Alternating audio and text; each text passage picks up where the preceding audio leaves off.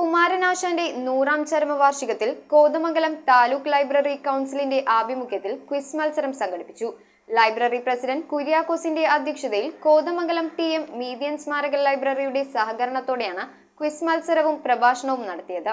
കുമാരനാശാന്റെ 100ാം ചരമവാർഷികത്തോടനുബന്ധിച്ച് Kothamangalam town UP. സ്കൂളിൽ കുമാരനാശാന്റെ കൃതികളെ അടിസ്ഥാനമാക്കി quiz മത്സരവും തുടർന്ന് നവോത്ഥാന കേരളവും കുമാരനാശാനും എന്ന വിഷയത്തിൽ പ്രഭാഷണവും നടന്നു. കോതമംഗലം താലൂക്ക് ലൈബ്രറി കൗൺസിലിന്റെ ആഭിമുഖ്യത്തിലാണ് മത്സരം സംഘടിപ്പിച്ചത്. Kothamangalam Mar Basil higher secondary school അധ്യാപകൻ ബോബി പി. കുര്യാക്കോസ് പ്രഭാഷണം നടത്തി. Taluk library council president K O. കുര്യാക്കോസിന്റെ അധ്യക്ഷതയിൽ secretary Manoj Narayanan, C P. Muhammad, V V. Kunjappan, P M. Muhammad Ali തുടങ്ങിയവർ സംസാരിച്ചു.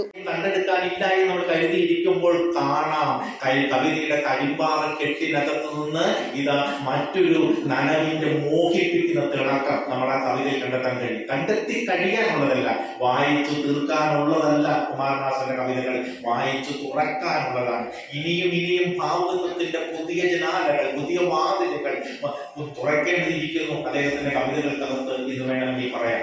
എസ്. ഉദയൻ സ്വാഗതവും പി.എം. മുഹമ്മദ് അലി നന്ദിയും പറഞ്ഞു. കോതമംഗലം ടി.എം. മീഡിയൻ സ്മാരക ലൈബ്രറിയുടെ സഹകരണത്തോടെയാണ് മത്സരം നടത്തിയത്.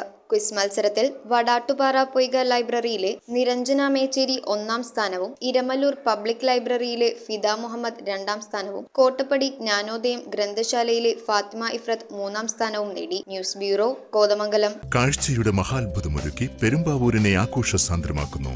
Marine expo tunnel aquarium exhibition ഫെബ്രുവരി 9 മുതൽ പെരുമ്പാവൂർ പാലക്കാട്ടുതാഴം മൈതാനിയിൽ.